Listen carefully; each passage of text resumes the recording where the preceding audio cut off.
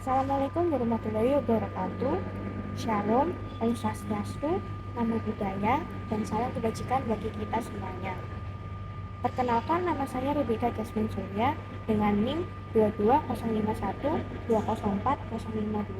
dari Prodi Teknik Informatika kelas B tahun 2022. Di sini saya akan menjelaskan mengenai standarisasi pada jaringan komputer.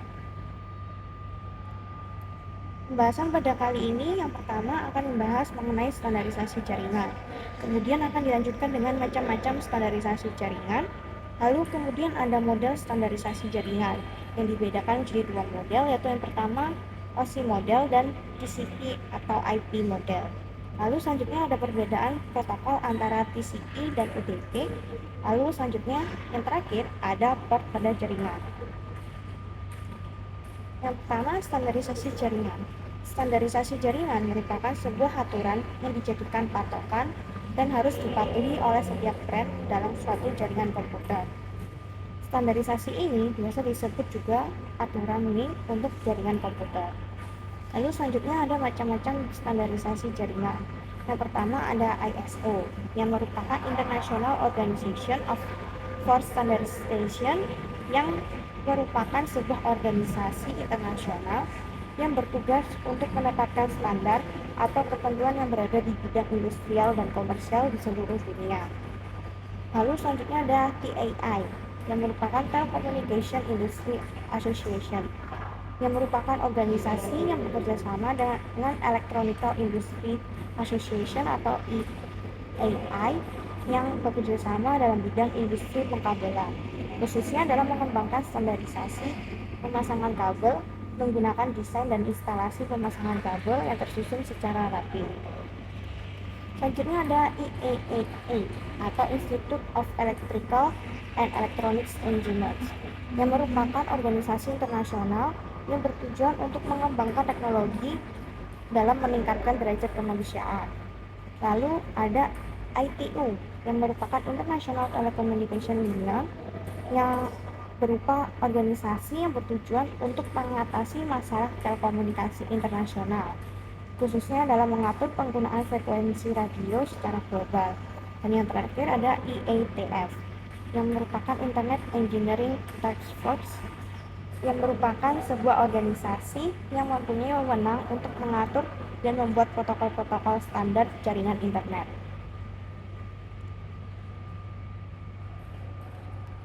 Lalu selanjutnya ada model standarisasi jaringan yang dibedakan menjadi TCP atau IP dan OSI. Yang pertama ada TCP atau IP, yang merupakan Transmission Control Protocol Internet atau Internet Protocol, merupakan protokol yang diciptakan oleh Department of Defense atau DoD yang digunakan dalam jaringan internet untuk dapat menghubungkan suatu komputer dengan komputer lainnya agar dapat saling berkomunikasi maupun dapat melakukan sharing data dalam jaringan komputer. Lalu selanjutnya ada OSI model atau Open System Interconnection, yang merupakan sebuah standar khusus yang telah ditetapkan oleh ISO atau International Standard Organization, yang telah menyediakan kerangka logika terstruktur dalam melakukan proses komunikasi data melalui jaringan. Selanjutnya ada ilustrasi OSI model. Yang pertama yaitu ada physical layer, yang berfungsi untuk mentransmisi data biner melalui jalur komunikasi. Pada physical data layer ini juga ditentukan tegangan, kecepatan, besaran fisik, dan mengalirkan bit-bit antar device. Lalu layer selanjutnya ada data link, yang berfungsi untuk mengatur data biner yaitu 0 dan 1 menjadi logika. Data link ini juga menyediakan akses ke media menggunakan MAC address dan melakukan error detection. Lalu layer selanjutnya ada network layer, yang berfungsi untuk menentukan jalur pengiriman dan meneruskan paket ke alamat peralatan lain yang berjauhan. Pada network layer ini juga menyediakan logical addressing dan menentukan rute menuju tujuan. Lalu selanjutnya ada transport layer, yang berfungsi untuk mengirim paket data tanpa adanya kesalahan maupun tanpa adanya duplikat. Pada transport layer ini juga menyediakan reliable atau unreliable delivery dan mengecek error connection sebelum transmisi data. Lalu selanjutnya ada system layer yang berfungsi untuk mengkoordinasi komunikasi antara sistem.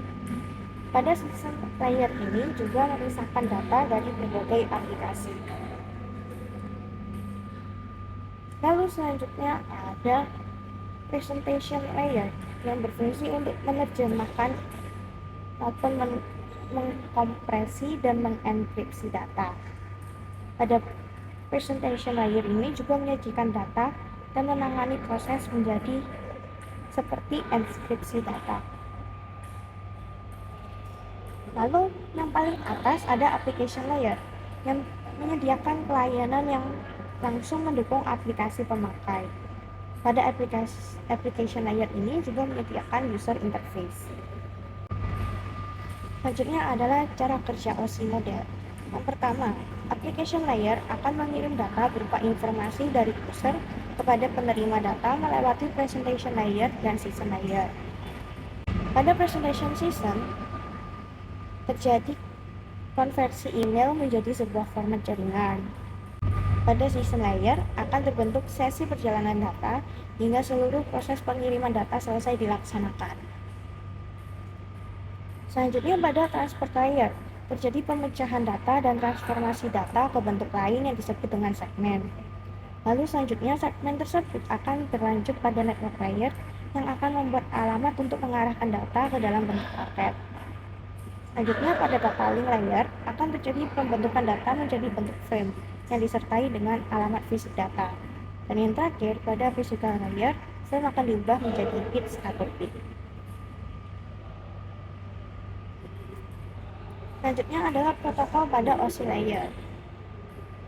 Pada application layer terdapat berbagai protokol seperti HTTP yang berfungsi untuk mentransferkan file teks, lalu ada FTP untuk yang berupa file, lalu ada NFS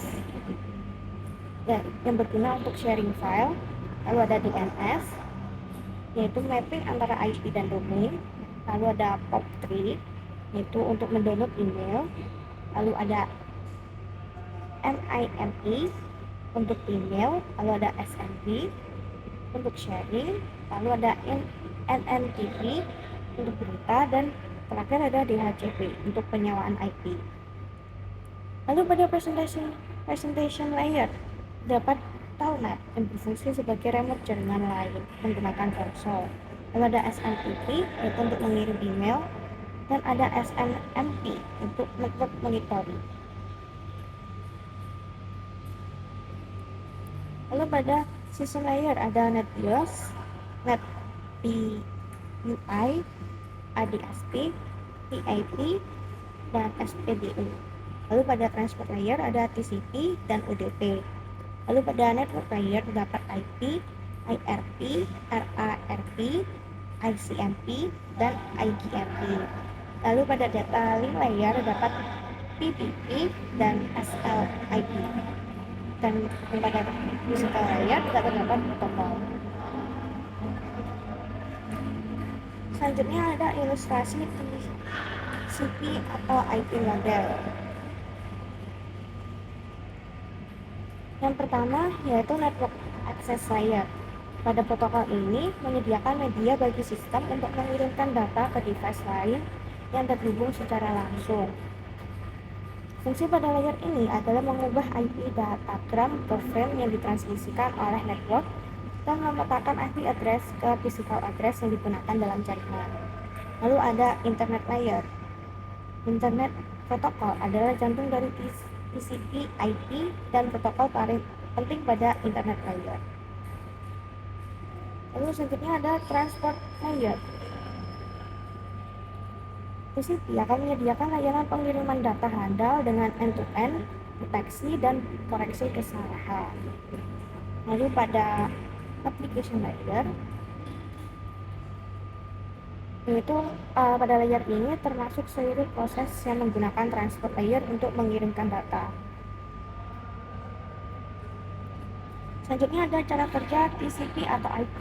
Yang pertama, protokol TCP akan memecah data menjadi beberapa paket data kecil, sedangkan IP akan menambahkan label berisi informasi alamat tujuan dari paket tersebut. Lalu, paket tersebut akan dikirim menggunakan jalur komunikasi yang berbeda dengan perangkat bernama router untuk mengantarkan paket ke alamat tujuan masing-masing. Lalu router akan menentukan dan mengatur jalur yang efisien untuk mengirimkan paket serta membagi beban data agar tidak terjadi overload.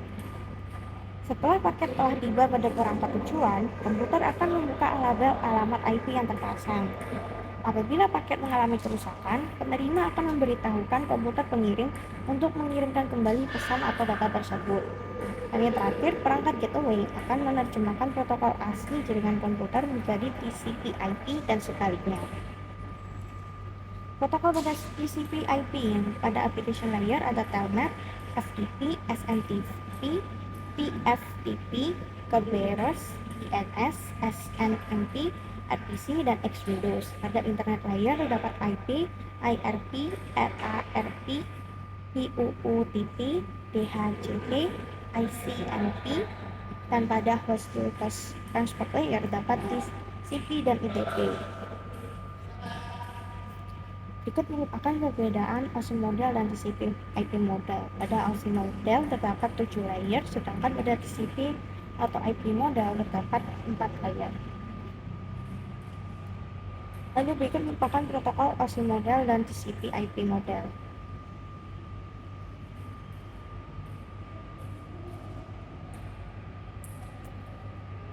Lalu selanjutnya ada perbedaan protokol pada TCP dan UDP.